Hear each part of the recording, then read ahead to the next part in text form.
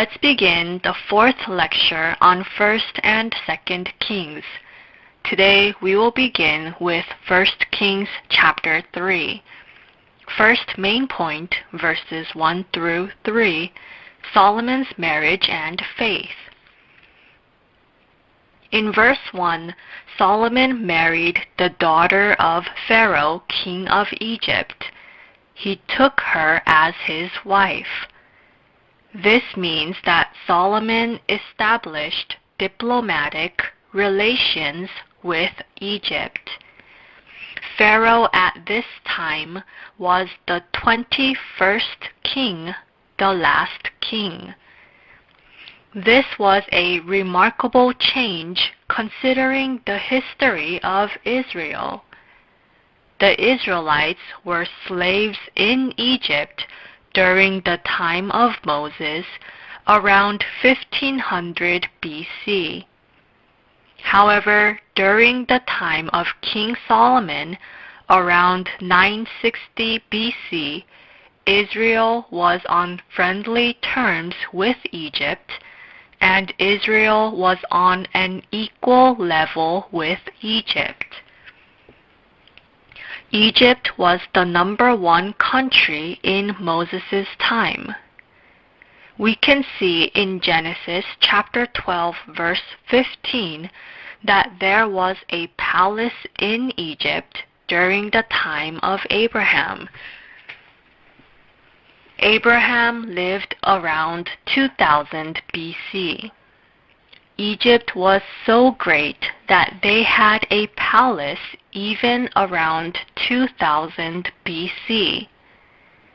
Building a friendly relation with such a country tells us how Israel grew as a nation. Proverbs chapter 16 verse 7 says that anyone who is upright before God can have peace with his enemies. God blessed Solomon because he lived with faith. Let's consider the marriage between Solomon and the daughter of Pharaoh. Marriage between the king of Israel and the daughter of Pharaoh was not a sin. God forbid marriage with foreign women. This specifically meant that they were not to marry women who worshipped idols.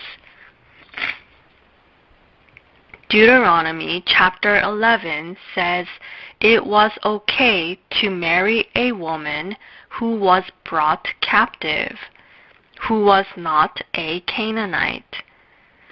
Of course, even if she was not a Canaanite woman, it was not right to marry someone who did not worship God. In Genesis chapter 41 verse 45, Joseph married Osannah, the daughter of the priest of On.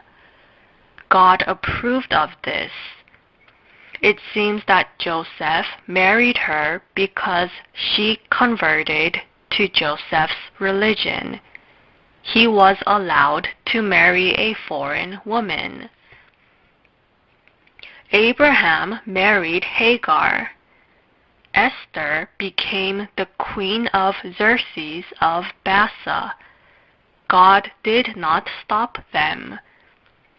Through many instances, we can see that the Israelites were allowed to marry Egyptians. In the New Testament times, we can marry someone from a different country as long as he or she is a believer. International marriage is not a sin. We must marry believers. The second thing to consider is the sacrifices offered on the high places. Before Solomon built the temple, both the people and the king offered sacrifices on the high places. High places were houses in the mountains. It is not right by law to offer sacrifices on the high places. Deuteronomy chapter 12 verse 11 and chapter 12 verse 14 say that they were to offer sacrifices at the place God chose. At the time, there was a tabernacle at Shiloh. God abandoned it because of the Israelites' sin. The construction of the temple was not finished. This was most likely the middle period. The tabernacle at Shiloh was abandoned, the temple was not finished, and thus God allowed the sacrifices to be offered on the high places. In 2 Samuel chapter 9 verse 11, Samuel also offered sacrifices on the high places. It was not wrong to offer sacrifices on the high places. This was the middle period, the time when the tabernacle period was over and before the temple period. God is very pleased with those who offer sacrifices to Him. He is pleased with those who offer sacrifices. He is pleased with those who worship Him. When it comes to worship, locations or rites are not important. There are family churches in China. In Ezekiel chapter 11 verse 16, the nations became a sanctuary. God does not only accept offerings in Jerusalem. Today, the temple, the spiritual temple that we cannot see with our eyes, is most important. The Lord comes and meets us there. The Lord watches over us and receives worship there. In John chapter 4 verse 20, it says that it is not important to worship on mountains. God accepts our worship when we worship in spirit and in truth. The location is not important. Big and luxurious sanctuaries are not important. God accepts worship whether it is at a river, a desert, an attic, or the mountains. In verse 3 is Solomon's faith. First, Solomon's faith loved the Lord. Solomon loved the Lord with faith. The law of Moses emphasized this greatly. Deuteronomy chapter 6 verses 4 through 5. Love the Lord your God with all your heart, with all your soul, and with all your strength. Solomon kept the first commandment of God. God was Solomon's first priority. Deuteronomy chapter 33 verse 16 says, "Whoever loves the Lord receives blessings." The most important part of Solomon's faith was that he loved God. We can keep God's laws and decrees when we love God. In Matthew chapter 22 verse 37 is the code of the law. It is to love God with all our hearts, souls, and minds. In 2 Samuel chapter 12, verse 25, God changed Solomon's name, Jedediah. It means clothed with the love of the Lord. Solomon lived as Jedediah. Second, Solomon had faith to live according to the instructions of his father David. He walked down his father's path of faith. David walked the path of eternal blessings. However, the path of Jeroboam was the path of eternal curses. Solomon acted according to David's instructions, which means that he kept the laws as David did. Verse 6 talks about David's faith.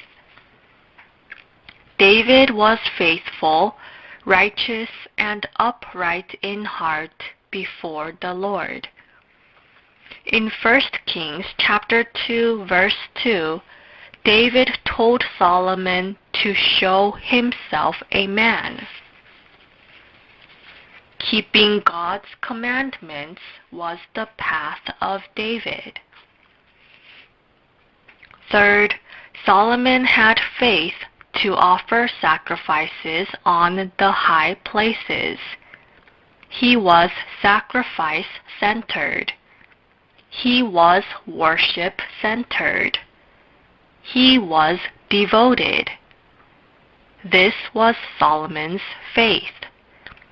This is the life God is pleased with. In verse 4, Solomon went to the high place in Gibeon and offered 1,000 burnt offerings. We must love the Lord, walk down the path David walked, and serve and worship God. Second main point, verses 4 through 15, Solomon's example. In verse 4, as soon as Solomon became king, he offered sacrifices at the high place in Gibeon. God was very pleased with this. Abraham, the father of faith, left his father's household and went to Canaan, and the first thing he did was build an altar. Gibeon was located about 10 kilometers northwest of Jerusalem. In the high place was a bronze altar that Bezalel made. There was a tabernacle in Gibeon that Moses made. The Ark of the Covenant was in Jerusalem. Solomon went to Gibeon and offered 1,000 animals to God. He gave a lot of sacrifices to God. As written in 2 Chronicles chapter 1, verse 1, he was able to offer 1,000 burnt offerings to God because God was with him and made him great. Solomon did not go alone to the high place to offer sacrifices. He went there with the judges, over thousands and hundreds, and with judges and all the officials of Israel. Solomon, the leaders, officials, and the people gave offerings to God. It probably took 7 or 8 days. It was very worthy that they offered sacrifices. In Matthew chapter 6, verse 33, it says that we should seek first the kingdom of God and His righteousness. We will be blessed when we have such faith. Abraham lived in this way. Revelation chapter 1 verse 1 tells us, "Go and measure the temple of God and the altar with its worshippers." God takes care of those who observe the temple, who offer sacrifices, and who worship Him. When Solomon offered sacrifices in Gibeon, he did not do it however he wanted. He offered sacrifices by following the historical and traditional truth. Solomon offered sacrifices in the tabernacle Moses made and on the bronze altar that Bezalel made. Solomon did his best before God. Then in verse 5, God appeared before Solomon. God asked Solomon what he wanted.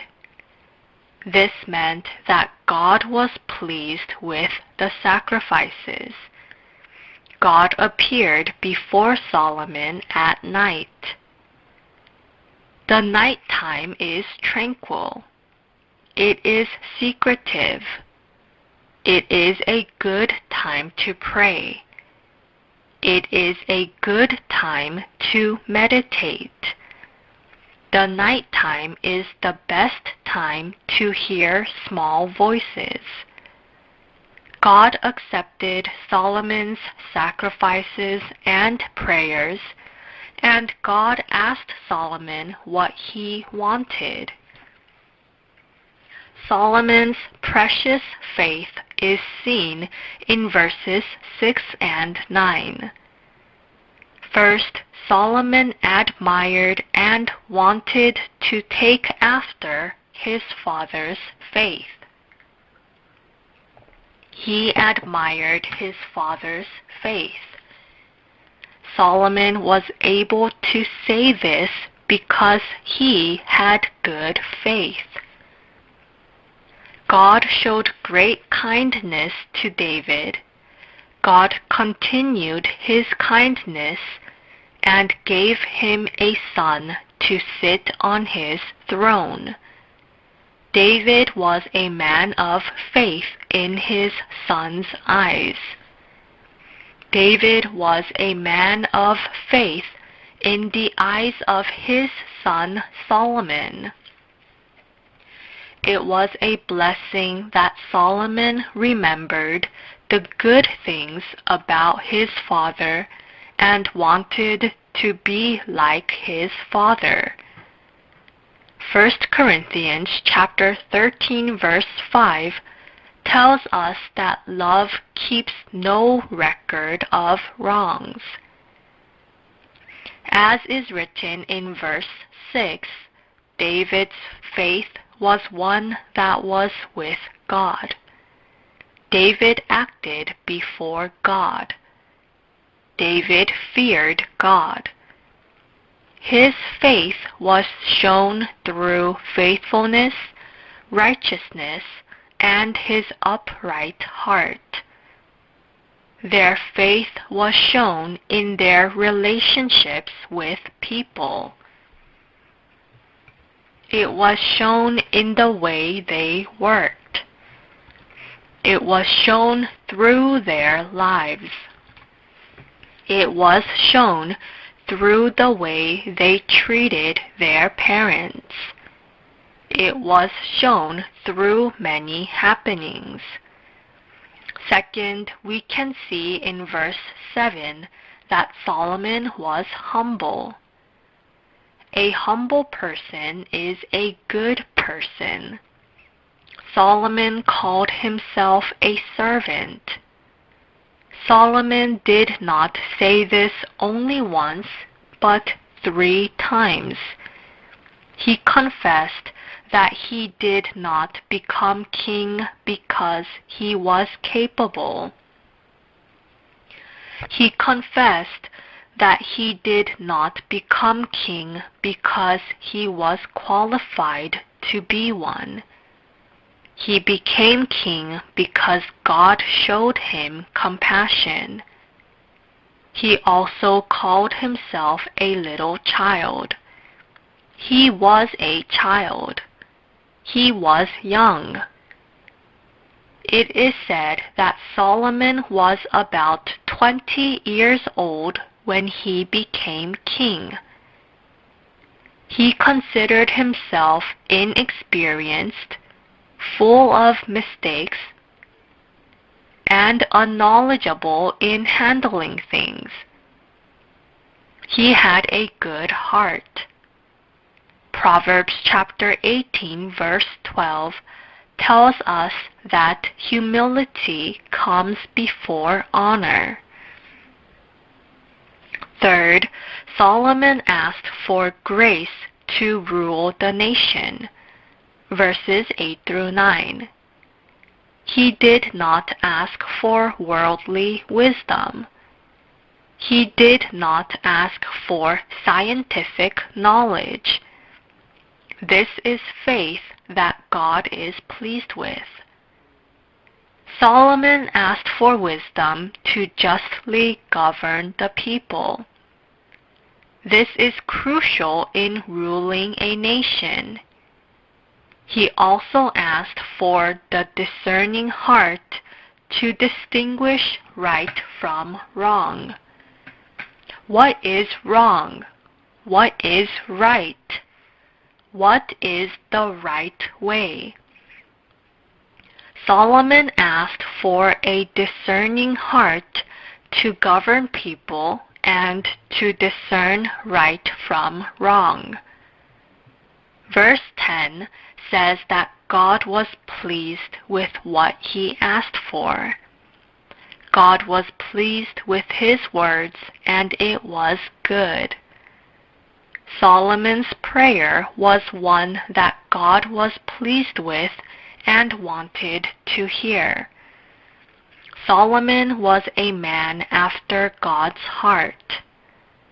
Acts chapter 13 verse 22 says that David was also a man after God's heart. David was a man after God's heart, and Solomon was also a man after God's heart. God is God who fulfills his will through people who are after his own heart. Solomon first wanted to take after his father's faith.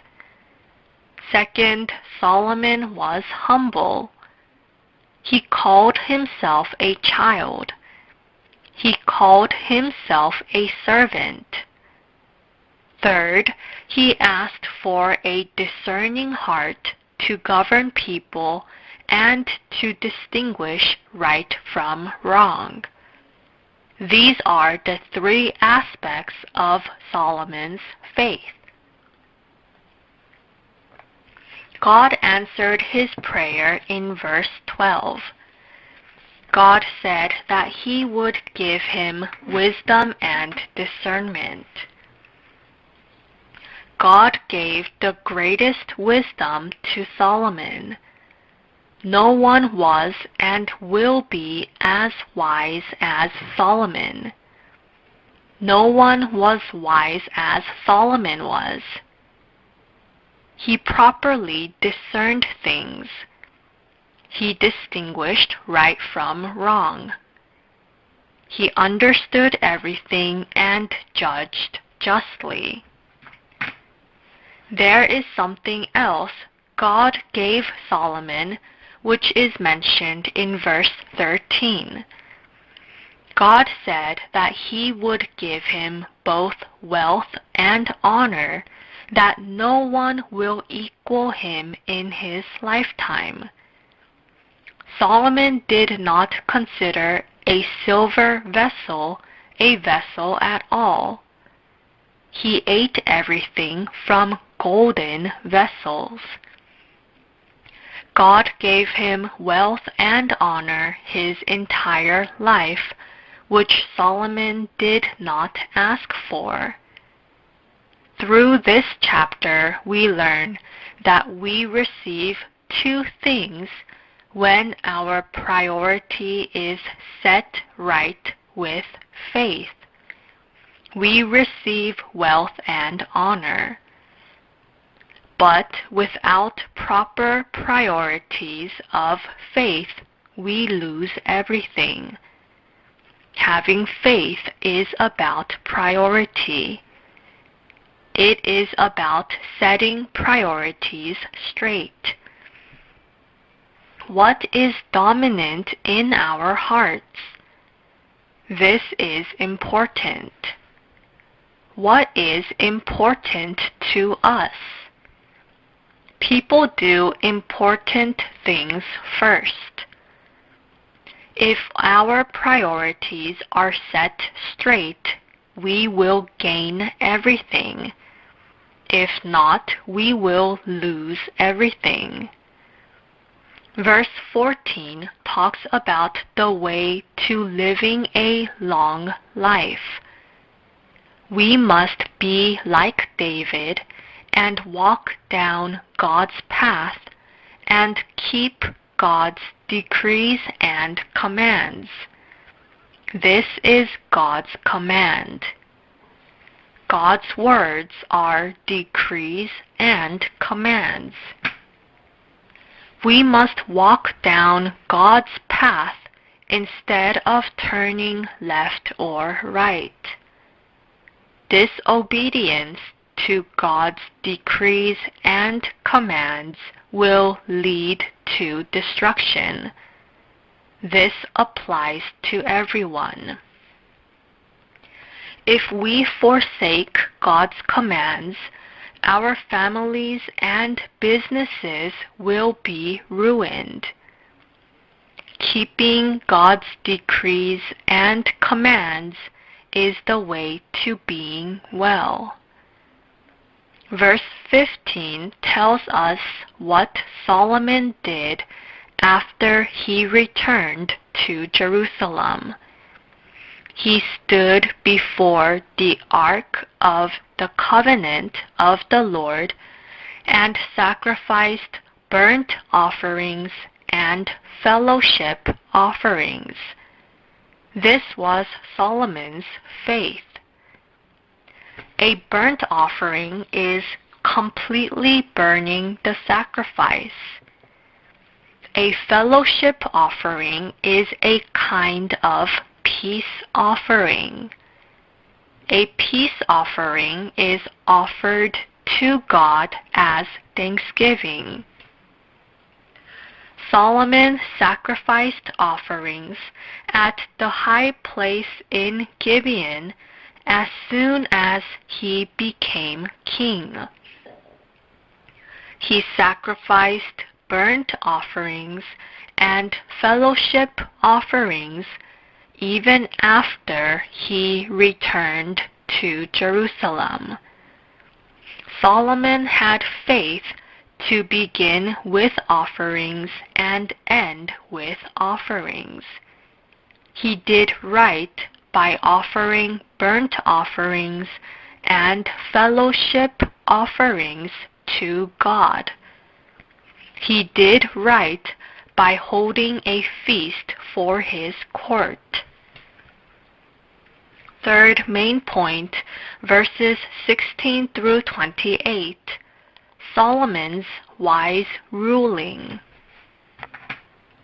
Solomon ruled wisely. God gave him such wisdom. The case was difficult to discern and judge, but because of the wisdom God gave him, he judged justly. With God's wisdom, we can discern right from wrong. This is why God allowed this incident to happen. God allowed this to happen to show the people and prove Solomon's wisdom to them. This incident displayed Solomon's wisdom not only to the two prostitutes, but to others as well. It taught the Israelites and all the people what the truth was and what lies were. It taught what was just and what was unjust. This incident was difficult to judge and rule. The dead son is yours, the living one is mine.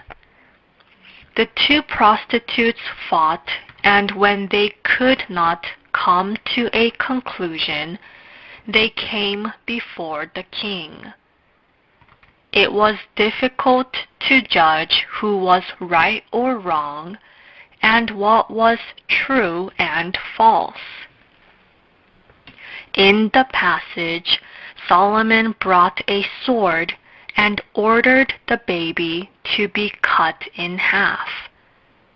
We can consider several things in today's chapter.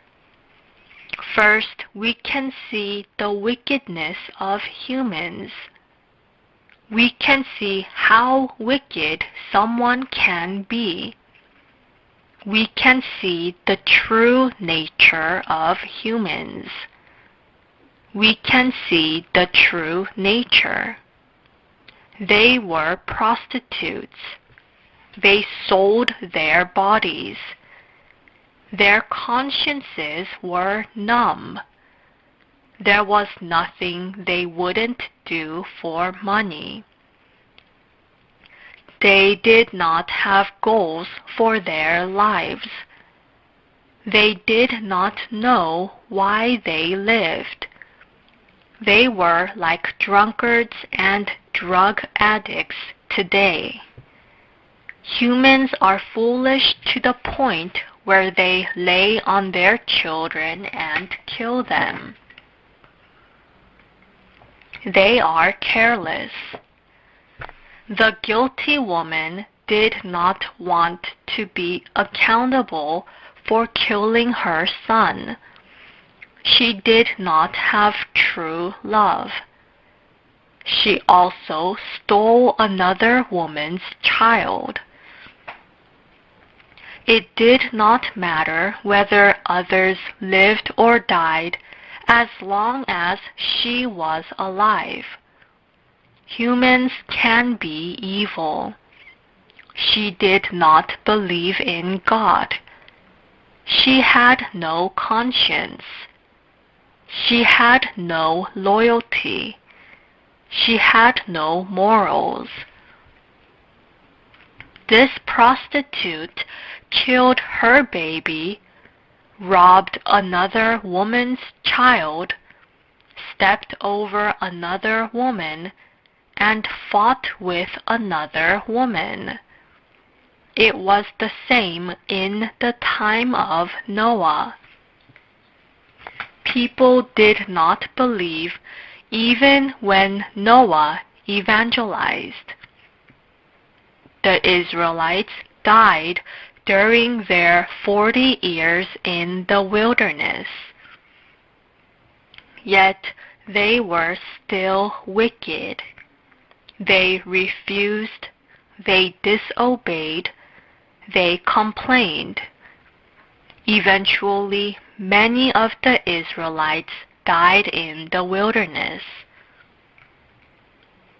They all failed to enter Canaan except Joshua and Caleb. The world is wicked and corrupted. Second, we can know that the truth and lies are different. In this world, good and evil coexist. Lies and the truth coexist. Weeds and wheats grow together, yet they are different. Third, those who save lives and yield to others end up well. What did the real mother try to do? She tried to save the baby. What did the other mother try to do? She wanted to cut the baby so that neither of them would have a child. She wanted the baby to die so the other would not have the baby either. Whoever tries to kill cannot receive blessings. Whoever robs others cannot be well. Whoever takes away others' properties by force cannot be well. Stingy people cannot be well. What would have happened if the baby was cut just as the lying mother said? The baby would have died. Then how could she receive blessings? It was important to save the child. Whether she raised the baby or not, it was important to save the baby regardless of who raised him. We must always stand on the side that saves lives. We must always stand on the side that cooperates with and helps others. We must learn to let go even if something we want cannot be ours. The real mother told the king to give the child to the lying mother. Fourth, we can see that nothing can be hidden before God.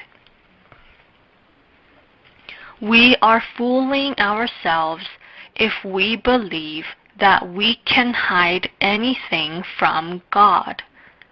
Heaven knows and the earth knows. We must know that everything will be exposed.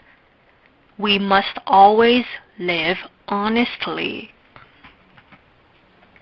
We must live with a clear conscience. God rewards the good and punishes the wicked. 2 Peter chapter 3 verse 10 tells us that everything will be exposed. Everyone will be judged according to what they have done. Hebrews chapter 9 verse 27 says that man is destined to die once and after that will face judgment. What was the point of recording this incident?